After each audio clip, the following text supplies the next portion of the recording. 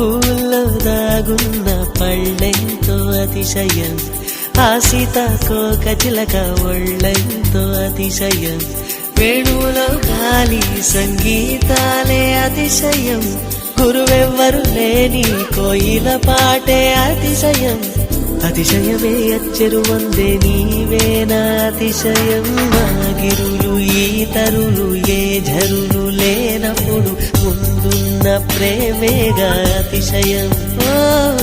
16 ప్రయాణ పరువల్లో అందరికీ పుట్టేటి ప్రేమేగా అతిశయం.